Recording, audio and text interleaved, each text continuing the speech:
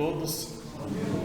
Sempre uma honra e uma alegria estar aqui, servindo a essa casa e a essa causa. E hoje que presente, a casa está cheia, né? Geralmente quando começa a palestra ainda está um pouco muito bom. Que Jesus nos abençoe nesse momento. Irmãos, um primeiro momento, no final do ano, a gente falou sobre o autoexame. Foi na época que a gente tinha lá Outubro Rosa, Novembro Azul, a gente falou sobre o autoexame, né? Como é que estava o nosso exame da nossa consciência, das nossas atitudes perante as leis morais, dos nossos relacionamentos, né? Em todos os níveis. A gente falou sobre a busca pelo autoconhecimento. Eu comentei de uma tese de uma amiga minha do nosso lar, Alessandra, a respeito do que se fala, né, na doutrina espírita, principalmente no caso do André Luiz, do suicídio indireto. Então, por exemplo, a pessoa sabe que ela tem colesterol, diabetes, pressão alta e tudo mais, e ela continua tendo um comportamento inadequado. Será que é um suicídio indireto ainda? Não é? A gente falou sobre cuidar pessoalmente do progresso moral, né? Que não era um bom momento para a gente errar, e que a gente terminou falando sobre a transição planetária de um mundo atual, que nós estamos de provas e expiações, para um mundo de regeneração. Aí, num segundo momento, que foi o mês passado, eu resolvi falar sobre isso, sobre a transição planetária. E aí, no caso, a gente citou, por exemplo, Jesus, quando ele diz que há muitas moradas na casa do meu Pai. Kardec, que nos dá a categoria de mundos habitados, né? Também dizendo que aqui na Terra, a Terra abriga somente uma pequena fração da humanidade, né? Santo Agostinho, também falando a Kardec, que o mundo de regeneração é uma transição entre o mundo de provas e expiações e os mundos felizes, que a gente ainda enfrentaremos provas, porém sem o peso da expiação, né? E que se o homem não se firmasse no bem, poderia recair em mundos inferiores. A gente falou também que pessoas que ainda precisem, almas que ainda precisem de provas e expiações para evoluir, não teriam que fazer aqui, uma vez que não será mais um planeta de provas e expiações. Aliás, a gente fala provas e expiações, mas devia falar expiações e provas, porque tem hora que a vida é um eterno boleto, né? Meu Deus. A gente falou sobre as migrações planetárias, notadamente a de Capela, né, do sistema de Capela, que é a transmigração em grande escala, em larga escala, mais recente e a mais conhecida, porque é muito bem explicada, principalmente pelo Emmanuel. A gente falou, por exemplo, da pandemia, que era um primeiro ceifador, que foi o meio mais indolor que a espiritualidade encontrou para tentar nos despertar, que era um recado claro contra o materialismo, né? A gente citou Mateus 24, onde se diz que se tiverem dois no campo, será levado um e deixado o outro. Se tiverem duas moendo no moinho, será levada uma, deixada a outra, né, com uma referência. A gente falou da presença dos pleiadianos e de outras raças, de outros planetas, auxiliando aqui nesse processo, a pedido de Jesus. A gente contou uma fábula sobre o que representava estar em cima do muro. A gente citou a Shelian, do planeta Hipárion, que se apresenta na Casa do Consolador, quando ela diz que para a reforma íntima seriam necessários 3 passos: autoconhecimento, conhecimento e prática do bem.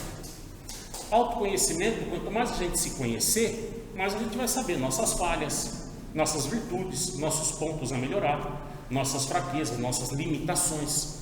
E com isso, a gente pode mapear, né, um roteiro para ir solucionando isso. O conhecimento, quanto mais a gente conhecer em qualquer área, mais respostas para a vida e para os seus conflitos, para as suas dinâmicas a gente tem. E a prática do bem. Fora da caridade não haverá salvação, né? E é lógico, a prática do bem deve ser espontânea. Fazer o bem não é troca, não é comércio. A gente não compra lotes no céu, não na nossa religião. E a gente falou que é uma honra ajudar a Jesus na construção da nova terra, da importância desse momento. Pois bem, aí, dando ensejo a isso, a gente conclui hoje com apontamentos sobre a reforma íntima. Reforma íntima todo mundo conhece, de cada 3 palestras, 4 se fala disso, então não precisamos definir. Mas vamos ver o que Kardec falou. Em um dos seus apontamentos sobre, ele disse no livro A Gênese: Nós construímos o nosso livre-arbítrio de acordo com a nossa evolução espiritual. Então, a nossa reforma íntima depende somente de nós também. Cada um tem o seu desafio e as suas imperfeições para tratar, e nunca uma é igual à outra. Cada um deve encontrar a cura para as suas próprias enfermidades. E ele também diz o seguinte, de maneira brilhante: Kardec, a nível de lógica, é quase imbatível. Tire ao homem o seu espírito livre, independente e sobrevivente à matéria, e fará dele uma simples máquina organizada, sem uma meta, sem responsabilidade. Amigos, se a vida não continua depois da morte, se do pó viestes ao pó voltareis, por que a responsabilidade da gente tentar ser bom, tentar ser correto, tentar ser honesto, tentar fazer o bem? É porque já está intrínseco na gente. Kardec perguntou: aonde está escrito a lei de Deus? E o Espírito da Verdade respondeu: na consciência do homem. Então, se temos igualmente todas essas responsabilidades que a gente tem ciência, igualmente a gente tem a responsabilidade de nos tornarmos melhores a cada vida, a cada dia, a cada época, né? Eu participei em uma ocasião de uma iniciação xamânica, aquele ritual do Daime, da ayahuasca, e eu recomendo, porém como iniciação e não como diversão. E o padrinho, o mestre xamã, disse: nós vivemos muitas vidas, mas cada uma delas é única. Eu falei: poxa, que definição excelente, né? Queridos, eu tenho uma espécie de um mantra para comigo. Cada dia da minha vida é um dia de tratamento. É assim que eu busco me comportar hoje em dia. É um tratamento contra as minhas enfermidades, contra as minhas insanidades, contra a minha indigência moral e ética. Kardec disse: reforma íntima depende de cada um. E o que a gente pode fazer para começar hoje? O que eu posso fazer hoje para começar? O que a gente pode combater? Cada um veja de per si, né? Inércia, medo, preguiça, ansiedade, cada um localize o que pega mais, né? A inércia, vocês conhecem o exemplo notório, por exemplo, do ônibus. Você está sentado no ônibus, o ônibus está parado. Quando o ônibus arranca, você faz assim e depois vai para frente. Por quê? O corpo está parado, ele tende a ficar parado. O ônibus se movimenta, o corpo ainda faz assim. Mesma coisa quando o ônibus freia, o corpo vai para frente, porque o corpo está em movimento, ele tende a ficar em movimento. O ônibus freia, o corpo vai, depois ele para. Isso é o exemplo prático da inércia. A inércia, ela nos imobiliza muito mais do que o medo, porque a gente pode estar parado há séculos, há vidas. Então a tendência da gente ficar parado é muito grande. É difícil combater a inércia. Ansiedade, a rigor, medo de perder o controle da situação. A pessoa ansiosa, ela precisa dominar o meio, para ela ter menos medo, desespero, angústia, ter maior controle, né? E tem que começar a trabalhar a fé, porque a gente tem, assim, qualquer expressão de medo, no fundo, é falta de fé. Ah, pode acontecer tal coisa. Tá, tenha fé em Deus. Se for acontecer tal coisa na tua vida, tá no teu caminho. A gente tem medo de se entregar para tudo, para a vida, para as situações, para o compromisso, para a responsabilidade, para a família, para os relacionamentos, não é? As pessoas falam: se joga. Mas não é fácil assim. Cada um tem suas limitações. E o medo nos torna egoístas. Cria barreiras à nossa volta, né? Cria verdadeiras paredes e muros em volta da nossa persona. O Haroldo Dutra Dias, um palestrante brilhante, compensa acompanhar o trabalho dele, vocês devem conhecer. Ele disse: a gente dá valor no que a gente pode fazer em um dia, mas não dá valor no que a gente pode fazer em um mês, em um semestre, em um ano. Fala: um ano, um pouco por dia. Se você for ler um livro 10 minutos por dia, quantos livros você pode ler em um ano? Um capítulo por dia, uma mensagem por dia, né? E projetos, decisões, situações profissionais de estudo também, de especialização, o que for, né? Quanto você pode fazer em um dia? É pouco, tá, mas soma uma semana, soma um mês, soma um ano, é muito, e a gente despreza isso. porque nós somos imediatistas. E eu gosto de citar sempre a leitura, porque para nós espíritas, gente, o espiritismo é a religião do livro. O espiritismo é a religião do livro, né? Ah, eu tenho sono. Sim, é uma proteção do cérebro. O cérebro tem uma musculatura, uma área ligada à leitura, é como se fosse um músculo. Se você não exercita, né, você não tem prática. A pessoa vai começar a fazer um trabalho de academia, ela começa lá a fazer uma pecinha lá de 1 quilo, ela consegue fazer um determinado número de repetições. Com o tempo, com a prática, ela consegue muitas repetições, ela consegue dobrar e triplicar o peso. É prática. A mesma coisa, a leitura é um fortalecimento da musculatura cerebral. Idêntico. Você lê um pouco, você vai fortalecendo, né? A Anete Guimarães explica cientificamente: o cérebro se incomoda com aquilo e ele te dá um sono, ele te dá uma distração. A mente mente, como se diz, né? O Divaldo fala: você tem problema de sono? Leia em pé, leia andando. Ah, meu óculos, troca o óculos. E outra, hoje em dia a gente tem, a própria Vânia já mostrou aqui mais de uma vez, livros com letras grandes. As editoras perceberam esse nicho de mercado também. Então, gente, a pessoa pode chegar e falar: moço, eu não quero ler. Perfeito, eu respeito. Qualquer outra situação é desculpa. Mas ninguém tem que dar satisfações a mim. Por favor, cada um cuide de si mesmo. Eu cito a leitura porque a leitura faz parte da minha medicação. Principalmente entre as discrepâncias do que eu falo aqui e do que eu faço lá fora. É um medicamento que eu tomo contra mim mesmo, vamos dizer. Mas estou trabalhando pela minha remissão. Meu foco não são os meus erros são apenas referência. Eu caminho na direção oposta. Estou aqui como aluno, falando para vocês para tentar aprender por repetição, como todo palestrante. E normalmente a gente conserta onde a gente já estragou. A gente põe ordem onde a gente já promoveu o caos. O Kardec tem um caso, eu creio que foi na Revista Espírita, eu não localizei, mas acho que foi na Revista Espírita. Porque assim, por exemplo, a gente está na reunião mediúnica, aí vem o Espírito e fala: eu não acredito em Jesus. Aí você está ali falando em Jesus, em amor, em perdão, e tentando convencer. Por quê? Porque em algum passado remoto nós já tresmalhamos o nome de Jesus, com certeza. O Kardec tem esse caso.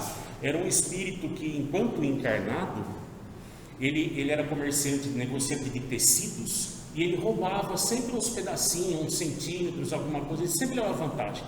Na época, né, Kardec fez os seus escritos há cerca de 150 anos atrás. A gente não sabe há quanto tempo esse espírito estava desencarnado. Não era todo mundo que tinha facilidade para medir tamanho, esse tipo de coisa, né? E o cara roubava um pouquinho ali, né, nos tecidos. Ele teria que reencarnar em plantação de algodão, porque está ligado, ele ia restituir o que ele subtraiu, vamos dizer. O Raul Soares Teixeira, outro palestrante também extraordinário, compensa, é um tempo bem utilizado assistir uma palestra dele. Ele diz: um político corrupto que faz desvio de verba, desvio de merenda, de não sei o que, de verba de saúde, esse cara vai renascer um dia como boia fria, como lavrador, que são profissões dignas, mas que a humanidade não valoriza. Ele vai ter que trabalhar de sol a sol para restituir também para a humanidade o que ele subtraiu. Assim funciona a lei de causa e efeito, vamos dizer.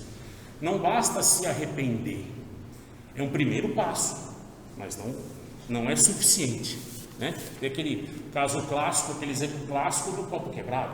Você quebra um copo, aí você se arrepende, você fica triste, você se magoou, você pede perdão. Era um copo lá de estimação que a sua avó ganhou do presente de casamento 100 anos atrás. Você faz, até o copo te perdoa, mas permanece quebrado. Então não é suficiente se arrepender, mas é um primeiro passo. O Raul Teixeira também segue.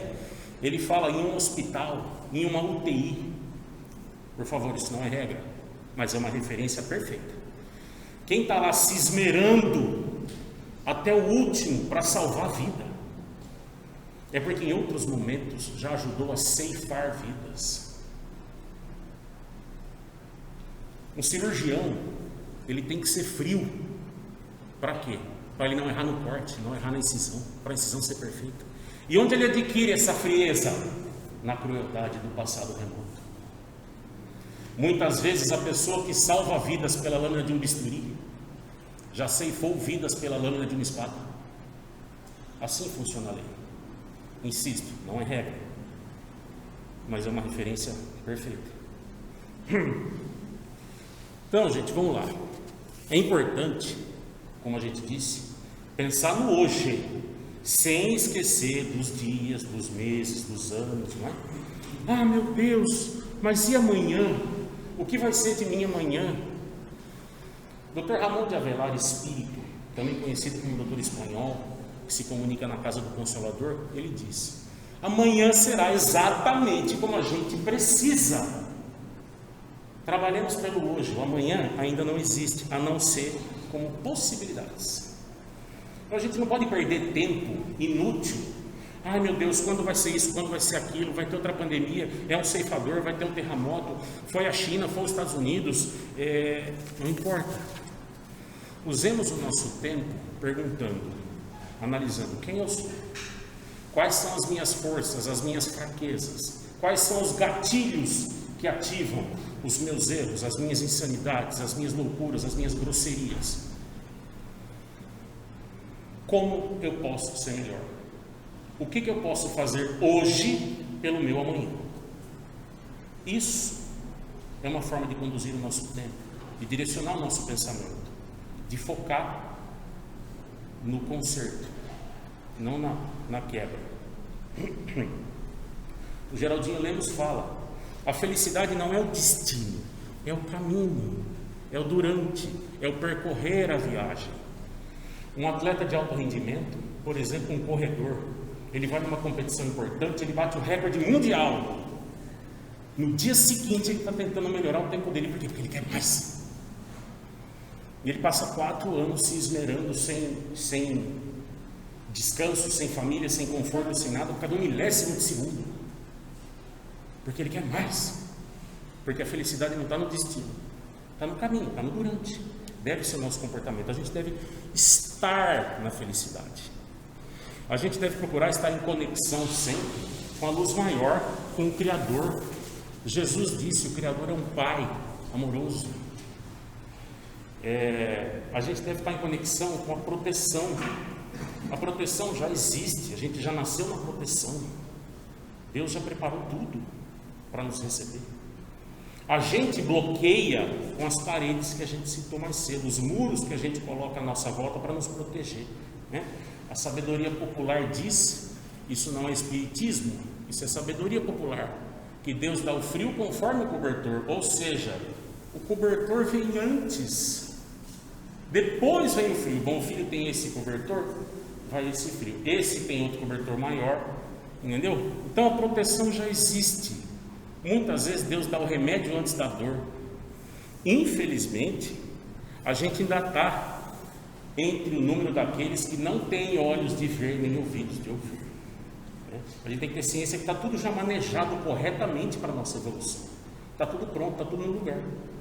A gente tem que trocar a nossa insegurança pela confiança, pela certeza de que, sendo nós, cada um de nós, filhos da própria perfeição, nós não podemos imaginar outra destinação que não seja a perfeição. Sendo filhos do amor, não podemos imaginar outra destinação que não seja a felicidade. Mas a felicidade deve estar no caminho. Ninguém é vítima. A gente tem uma mania terrível de se fazer de vítima diuturnamente, mas ninguém é vítima, gente. Acreditem, a lei funciona. A gente tem que tomar decisões, óbvio, né? Tem que abandonar a chamada zona de conforto, né? A gente tem que às vezes romper o limiar da segurança, né? Dominar os nossos medos.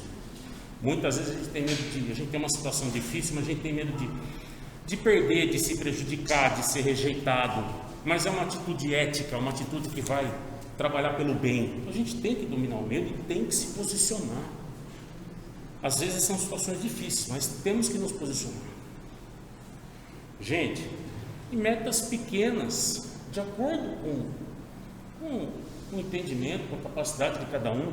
Por exemplo, hoje eu não vou beber, hoje eu não vou fumar, hoje eu não vou comer doce, não vou comer carne, não vou comer gordura.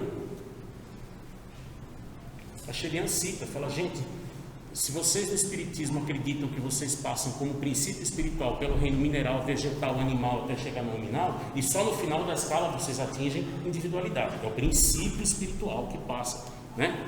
Ele fala, poxa, vocês comemoram o aniversário de Jesus com sangue animal na mesa. Não são vidas que vocês, chances de evolução que vocês estão interrompendo? Gente, eu honestamente, nessa vida eu não consigo ser vegetariano ainda. Não consigo ver isso, mas eu consegui reduzir minha proteína animal em pelo menos 25% em casa. Metas pequenas, de acordo com o entendimento, com a capacidade de cada um, com o esforço de cada um. Devagar e sempre, sem atropelo. Cada um tem o seu tempo, cada um tem... para ter a sustentação na decisão, para ter a calcificação, para ter o entendimento. Até ter confiança em si próprio. Até poder caminhar sem medo de cair. Né? Mas, todos têm a certeza, Deus olha, Ele não tem pressa, Ele não olha a nossa velocidade, Ele olha a nossa persistência, a nossa perseverança. E cada um tem o seu ritmo, né? Ou a sua possibilidade. Nelson Mandela disse, não importa quantas vezes eu caí, importa quantas eu levantei. Então, o que a gente falou mais cedo sobre o foco. Você está olhando no quê? No tombo ou no prosseguir a jornada? Né? Mateus 6,21. Onde está teu tesouro, também está teu coração.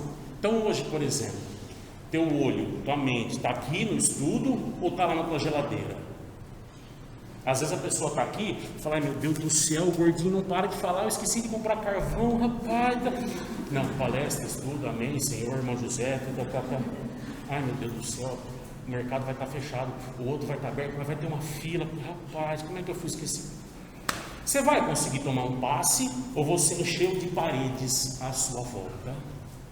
Está totalmente bloqueado, fechado, rígido. Então, gente, foco. Não é? Ter foco também. Tem que ter decisão, mas tem que ter foco. Não é uma decisão para hoje, é uma decisão contínua. A vida é agora. Para você que está aí no YouTube, assine o nosso canal, dê o seu comentário, se você gostou, se você não gostou. Se você não gostou, fale, é importante para a gente melhorar o nosso trabalho. Assine o canal Casa dos Espíritos, ative a notificação, dá lá o seu like, tá certo? Porque se esse vídeo os vídeos da casa tiverem relevância, eles são oferecidos para mais pessoas. Mande para quem você acha que pode precisar de uma palavra amiga, que pode precisar de um conselho, para quem gosta do tema, do assunto. E ativa a notificação, porque aí cada vez que sair um vídeo novo, você vai ser avisado. Você não é obrigado a assistir, mas você vai ser avisado. Olha, tem um vídeo novo, a gente tem o Evangelho no Lar, a gente tem um podcast, a gente tem as palestras semanais, tá ok? Irmãos, às vezes a gente pensa, meu Deus, o que eu fiz para merecer esse momento? Não importa, não perca tempo. Mas, meu Deus, o que eu posso fazer para solucionar esse momento? Para mudar isso, né? Para corrigindo os meus erros pretéritos, para caminhar mais rápido.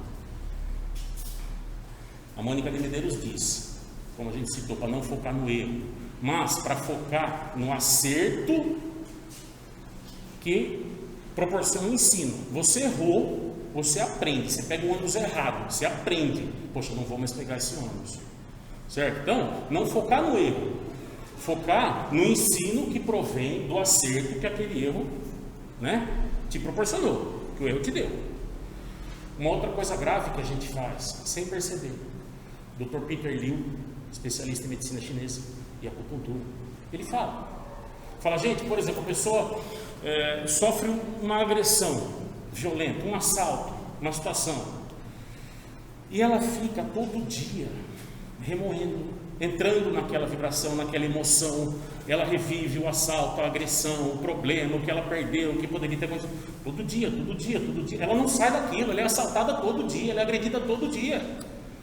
Chega daqui 10 anos, é como se ela não tivesse sido assaltada 10 anos atrás, é como se ela tivesse sido assaltada ontem, porque todo dia ela está naquela emoção negativa.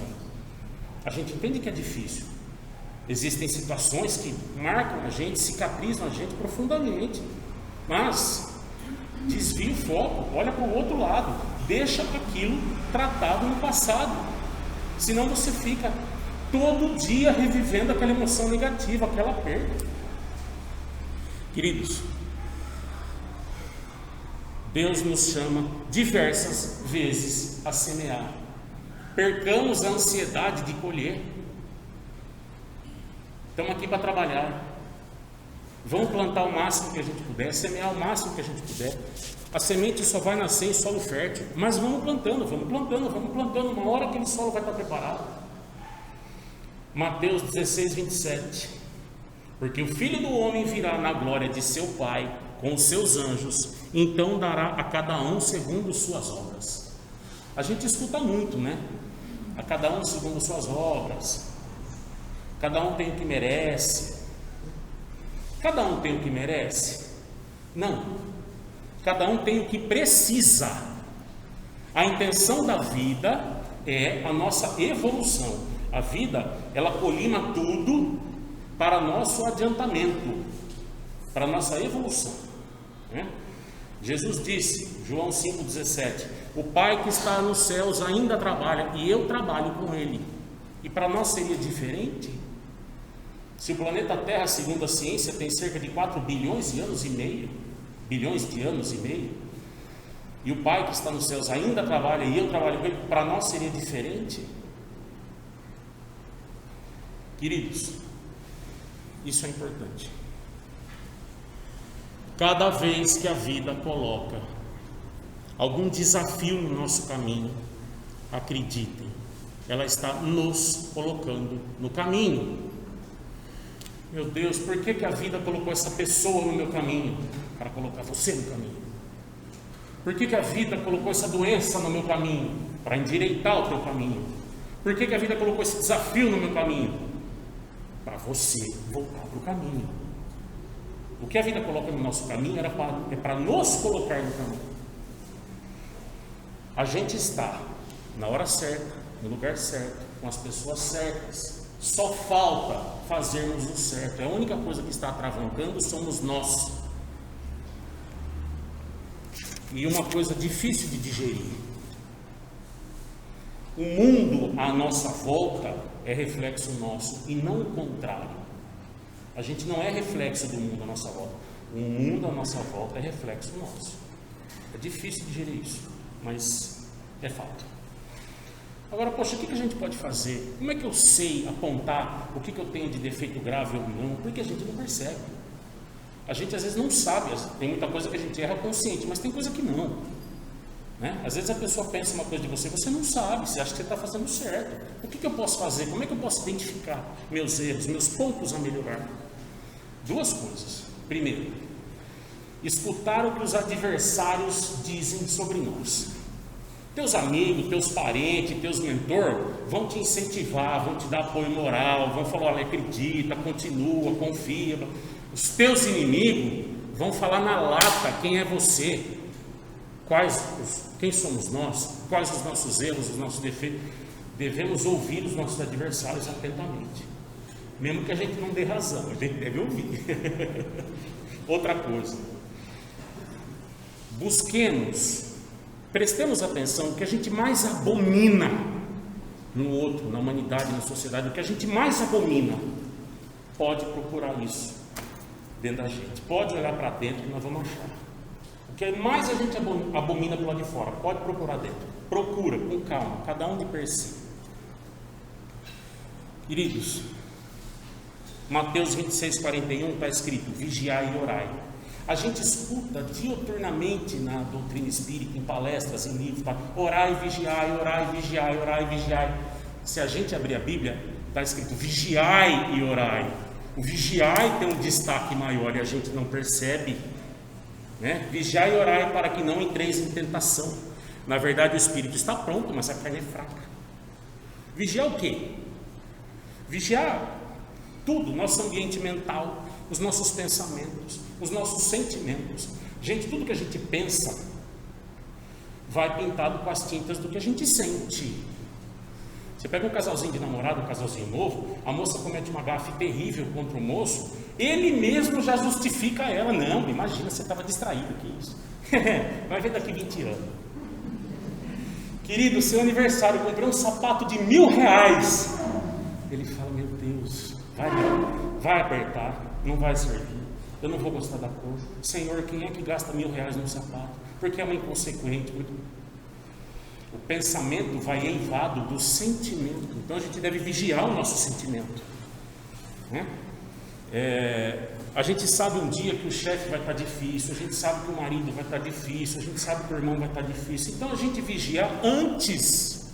A gente já sabe o que vai acontecer, então a gente já se prepara antes, para não entrar na vibe, para não sofrer. Não vamos ter surpresa nenhuma, né?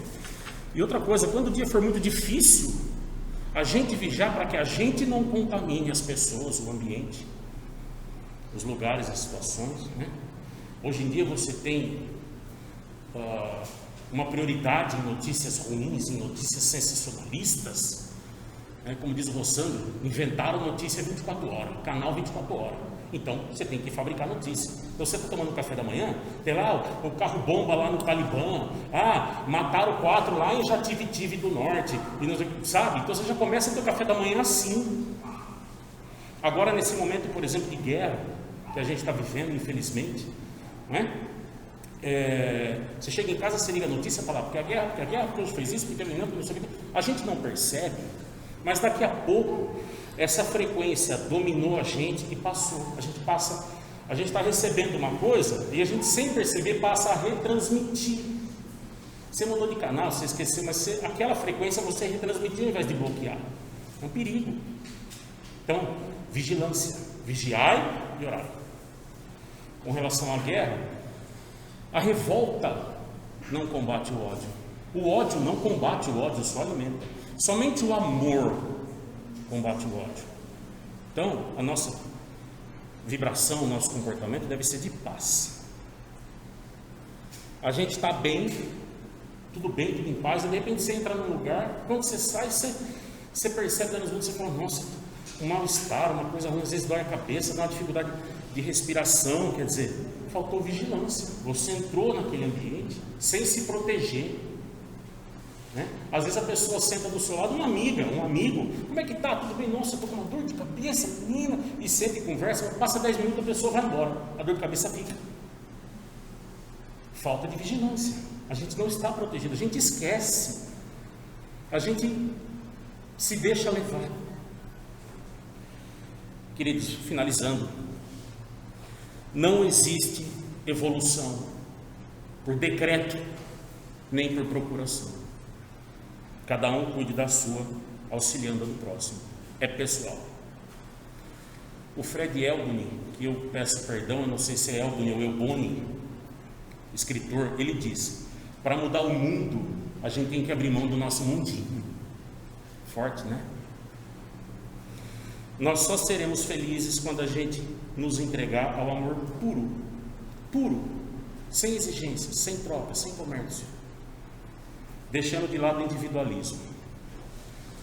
A vida é uma jornada, que nós sejamos felizes durante essa jornada. Existia um poeta do século XIII, um poeta persa chamado Rumi, extraordinário. E ele disse uma frase: a nossa tarefa não é encontrar o amor, mas sim derrubarmos as barreiras que construímos contra o mesmo. É o que a gente disse, a proteção, o amor já existe, Deus já preparou o caminho que a gente vai trilhar, a gente escolhe como trilhar, o caminho está lá, nós criamos bloqueios.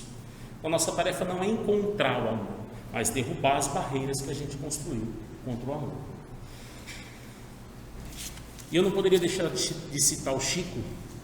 Ele nos dá alguns exercícios para a reforma íntima. Executar alegremente as próprias obrigações, silenciar diante da ofensa, esquecer o favor prestado. Prestou um favor a alguém? Esqueça, para não ter perigo de cobrar, de jogar na cara da pessoa, de blá blá blá. exonerar os amigos de qualquer gentileza para conosco. A gente deve ser gentil, a gente não deve obrigar ninguém a isso. Emudecer a nossa agressividade. Ele não fala para pensar, para refletir, para falar baixo, ele fala para emudecer. Não condenar as opiniões que divergem da nossa. Ano de eleição, hein? Ano de eleição, hein? Não condenar as opiniões que divergem da nossa. Abolir qualquer pergunta maliciosa ou desnecessária. Mas como assim? Qualquer pergunta para qualquer ser humano, se for desnecessário, não gaste o tempo dos dois. Se for malicioso, se esquiva, foge de você. Repetir informações e ensinamentos sem qualquer azedume. A pessoa não entendeu? Explica. Ah, não entendi. Explica. Sem azedume. Treinar a paciência constante. Nós já falamos aqui, paciência, paz, ciência, a ciência da paz.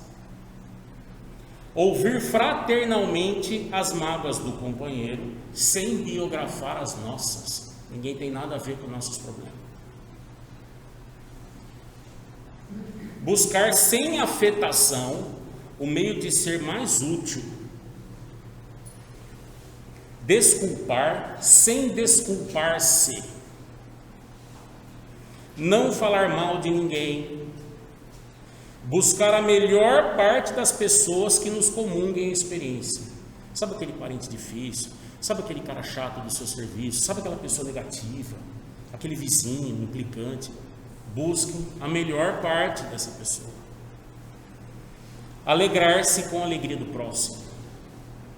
Ah, teu primo lá, ele viaja para o exterior todo ano, ele faz cruzeiro, ele troca de carro, ele tem um casamento que a gente julga ser perfeito. Alegre-se com a alegria dele. Não aborrecer quem trabalha. Ajudar espontaneamente. Respeitar o serviço alheio. Ele fala duas vezes, não aborrecer quem trabalha e respeitar o trabalho da pessoa. Reduzir os problemas particulares. E por último, servir de boa mente quando a enfermidade nos fira. Está enfermo? Serve. Irmãos, muito obrigado. Extrapolamos um pouquinho o tempo. Essa foi a nossa pincelada de hoje. E que Jesus acompanhe cada um de vocês. Que assim seja.